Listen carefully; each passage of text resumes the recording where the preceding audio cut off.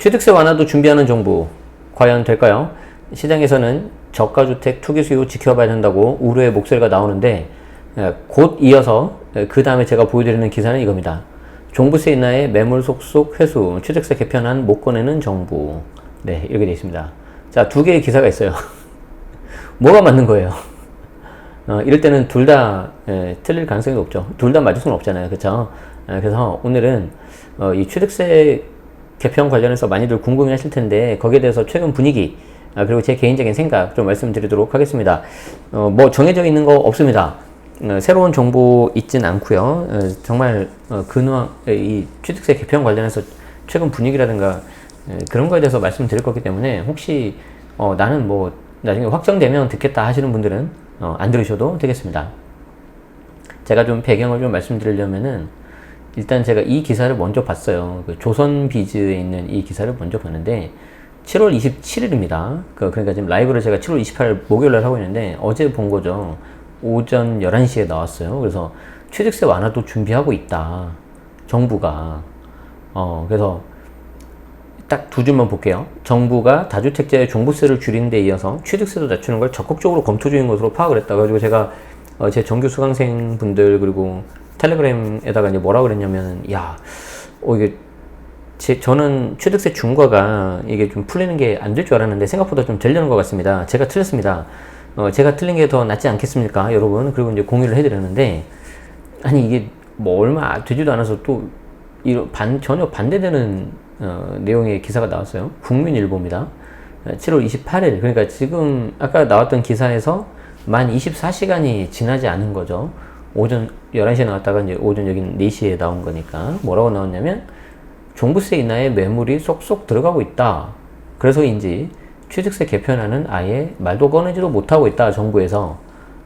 그래서 부동산 세제 정상화 제시를 했지만 양도세 등 경감책 시행 추진을 하고 잘못된 신호가 될 수 있기 때문에 취득세 개편에 대해서는 말을 아끼고 있다라는 그런 기사입니다. 자, 여러분 이걸 보고 어떻게 생각을 하셔야 되겠습니까? 그래서 첫 번째 기사는요, 첫 번째 기사 이 조선일보는 어떤 내용이냐면 지금 이제 부동산 세제 정상화를 추진한다고 했지 않습니까? 우리 얼마 전에 제가 보여드렸던 세제 개편안, 요게 이제 그 세제 개편안에 있는 일부 그 내용인데 여러분 아시죠? 세제 개편안 이 상세본 요거잖아요.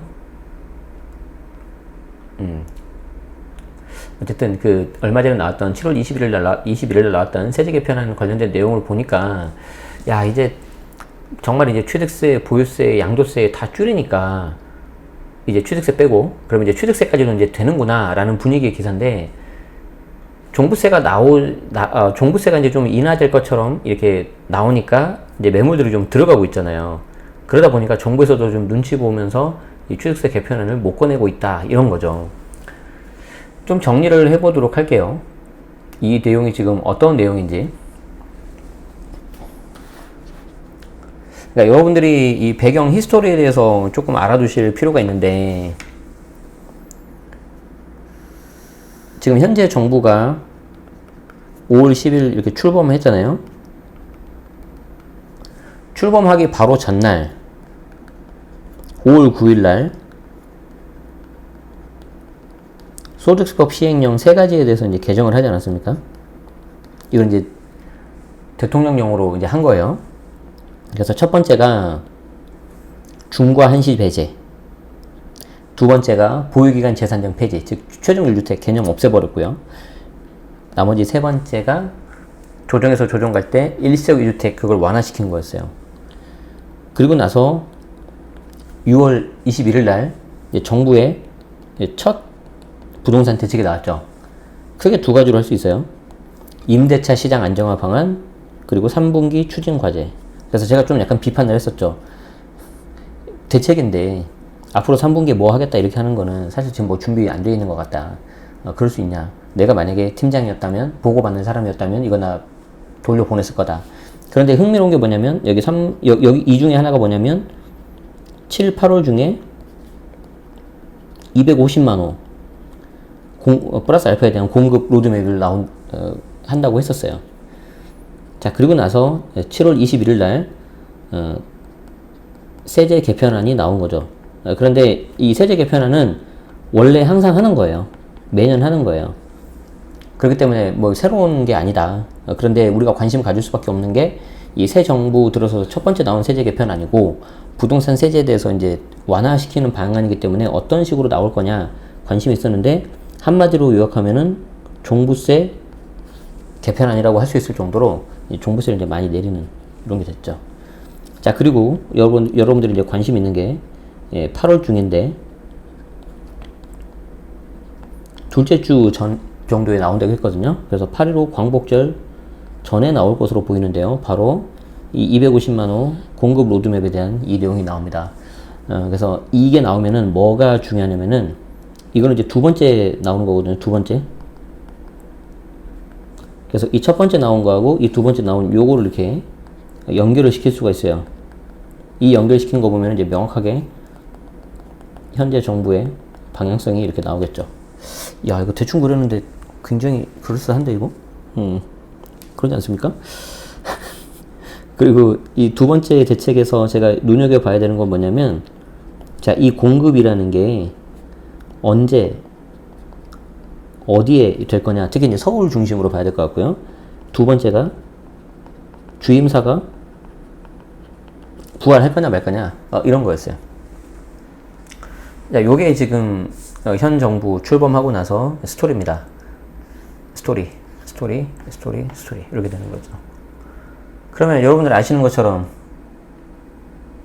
지금 어떻게 되고 있어요? 우리 부동산 세금은 크게 세 가지가 있죠. 취득세, 보유세, 양도세. 그리고 보유세는 재산세가 있고 종부세가 있는데, 재산세도 1주택자 중심으로 내려갔죠. 종부세는 1주택자뿐만 아니라 다주택자도 지금 내려가려고 하고 있죠. 그리고 양도세는 어떻게 됐어요? 소득세법 시행령 세 가지 5월 9일 날 발표하고 5월 10일부터 시행된 거, 이거로 인해서 꽤 많이 내려가고 많이 쉬워졌죠. 그러니까 남은 게 뭐예요? 이거 딱 하나 남은 거죠. 딱 남은 거죠. 그래요. 리기리님처럼 좋아요 한번 눌러주시면 감사하겠습니다. 그래서 지금 아주 빠르게 지금 현 정부의 스토리를 한번 좀 쭉 봤어요. 그래서 지금 남아있는 게 결국 이거 하나 남았다는 거죠. 하나 남았다는 거. 자, 보유세도 내리고 이제 양도세도 내리고 있기 때문에 이제 남은 거 취득세밖에 없다. 여기까지 내리면 그 전 정부의 전 단계로 가서 이제 정말 이게 부동산 세제 정상화로 가는 게 아니냐 라는 게 첫 번째 시각입니다. 그래서 정상화 단계로 가야 되기 때문에 이 취득세도 개편돼야 된다, 내려가야 된다 라는 게 첫 번째 기사예요. 제가 보기엔 그렇습니다. 이 첫 번째 기사, 이 첫 번째 기사의 뉘앙스가 방금 말씀드린 그겁니다. 여러분들은 어떻게 생각하시는지 한번 좀 생각을 하시면서 들어보시면 좋겠습니다. 자, 그런데 두 번째 기사는 뭐냐면은 정상화도 좋은데, 정상화도 좋은데, 지금 양도세를 내려서 기존에 있던 매물을 좀 나오게 하는 그런 정책을 핀 거 아니었냐. 공급을 하기가 쉽지 않으니까. 그런데 거기서 갑자기 보유세까지 이렇게 내려버리려고 하니까 매물을 내놓으려다가, 그래서 양도세 중간시 배제를 23년 5월 9일까지만 한 거잖아요. 그런데 이렇게 한시적으로 했기 때문에 내놓으려다가 보유세까지 내려버리니까 갑자기 이제 버티기 들어간다, 이제 다주택자들이. 그럼 이 상황에서 취득세까지 낮추면 어떻게 되는 거예요? 오히려 가지고 있으면서 새롭게 추가로 더 사버리거나, 가지고 있는 중에서 일부를 매도해가지고 아예 새로운 거 사버리거나, 아니 그러면은 시장이 더 불안해질 수 있는 거 아니냐. 그래서 지금 정부도 취득세 개편에 대해서 말을 못하고 있다라는 거예요, 두 번째 기사가. 그래서 그 두 번째 기사가 바로 그런 뉘앙스입니다. 여러분, 뭐가 맞을 것 같아요? 사실 이게 사회과학이기 때문에 100% 모든 사람을 만족시킬 수 없고, 뭘 하든지 간에 어떤 부작용이라는 거는 나타날 수 있고 그럴 겁니다. 그래서 이제 어떤 사회적인 합의라든가 공감대라든가 그런 게 필요한 거 아니겠습니까? 그리고 그런 사회적 합의와 공감대를 이끌어내는 게 저는 제가 생각하는 정치라고 생각을 하거든요. 리더십이라고 생각을 하고. 그런데 뭐 이거 제 개인적인 생각이니까 참고만 하시되. 그런데 지금 여기에 대해서 이제 많이 힘들어하는 그런 분위기 같아요. 저 같아도 정답 못 내릴 것 같아요. 뭐 답은 없는 것 같고요. 자, 그런 상황인데 지금 이게 제가 봤을 때는 현실에 맞는 그런 상황이라고 보여집니다. 물론 제가 이렇게 방송을 하고 나서 하루 이틀 지나서 뭐 갑자기 취득세 지방세법도 개편한다 이런 대책이 나올 수도 있어요. 그런데 지금 7월 28일 목요일 오후 3시 이 상황에서는 아직까지 정해진 건 없습니다. 그래서 여러분들이 조금은 섣불리 판단하시면은 좀 안 될 것 같다. 그 말씀을 좀 드리고 싶어서 그냥 급하게 이렇게 했고요. 그리고 이제 한 1, 2분 정도만 제 개인적인 의견을 말씀드리려고 하는데 이게 맞다고 생각을 해요. 이거 너무 과하게 올렸거든요. 1에서 3% 하던 거를 8%, 12% 올렸잖아요. 과연 그러면 그 근거가 뭐냐는 거죠. 이렇게 올려도 되는 근거가 뭐냐는 거죠. 그래서 저는 그 전으로 가는 게 맞다고 생각을 합니다. 그런데 아무래도 좀 현실적인 것들을 고려를 해야 되니까 현재 정부도 좀 뭐랄까 분위기를 볼 수밖에 없는 그런 상황이라고 저는 생각합니다. 그래서 말씀드렸습니다. 제 의견은 이렇고 그런데 좀 이게 늦어지고 있는 이유가 정부에서 뭐 좀 그런 것도 좀 봐가면서 해야 되니까 못하는 거 아니냐. 취득세 중과 완화를 그렇게 쉽게 할 수는 없을 거라고 생각을 하는데 그 근거 중에 하나가 뭐냐면 이게 이제 세제 개편한 문답 자료거든요. 여러분들 문답 자료는 거의 안 보셨을 건데 이 문답 자료에 보면 주택분 종부세 기본공제 금액 상향이라든지 세율 올리는 것에 대해서 추가 설명하는 게 있어요. 그 추가 설명하는 거 중에서 보면은 이런 내용이 있습니다. 기본 공제 금액을 뭐 6억에서 이제 9억을 올리고 1세대 1주택자는 11억에서 이제 12억을 올리고 막 그런 내용 있지 않습니까?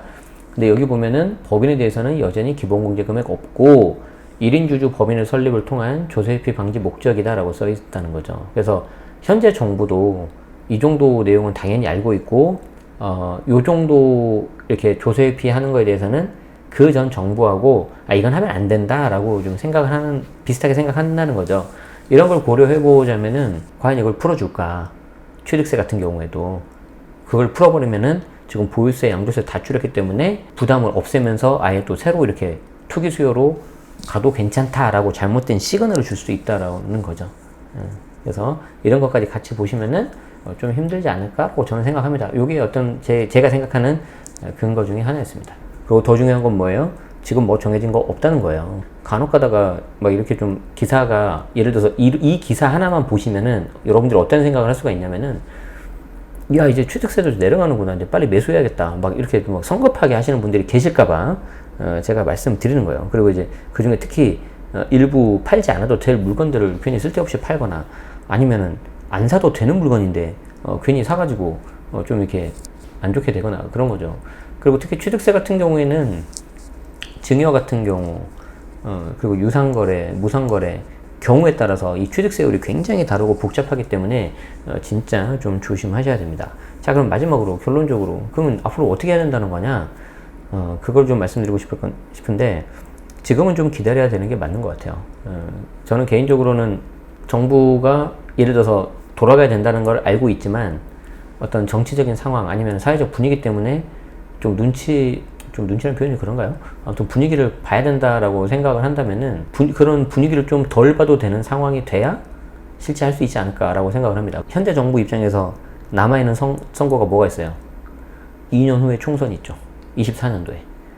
그리고 27년도에 대선이 있잖아요. 대선은 이제 뭐 끝나는 거니까 뭐 상관없고 24년도 총선까지 갈 수도 있지 않을까. 저는 좀 그렇게 생각을 합니다. 이게 저의 한결같은 그냥 저의 생각입니다. 그래서 취득세에 대해서는 저는 조금 여러분들이 보수적으로 접근하시면 좋겠다. 그래서 너무 큰 기대를 갖지 마시고 보수적으로 접근을 하신 상태에서 뭔가 좀 풀리면 그냥 좀 생각보다 빨리 일찍 풀리면 그게 그냥 일종의 보너스다라고 생각하시고 접근하시는 게 좋지. 이게 왜 안 풀리지 하고 계속 막 스트레스 받고 기다리다 보면은 너무 이렇게 좀 본인한테 안 좋을 수도 있지 않을까 이렇게 생각이 듭니다. 그래서 이 말씀을 좀 드리고 싶어서 오늘 두 개의 기사를 가져왔습니다. 그래서 각각의 기사에 대해서 좀 참고하시면서 보시면 좋을 것 같습니다. 네, 이상 저는 오늘 취득세 관련해 가지고 좀 말씀을 드렸고요. 여러분들 나중에 후속 작업이 좀 나오고 혹시 새로운 게 나오고 뭐 제 의견이 좀 틀릴 수도 있지 않습니까? 그런 내용 나오면 또 곧바로 말씀드릴 수 있도록 하겠습니다. 도움 되셨다면 좋아요, 구독 부탁드리고요. 또 새로운 내용으로 여러분들 찾아뵙도록 하겠습니다. 자, 여기서 마치겠습니다. 고맙습니다.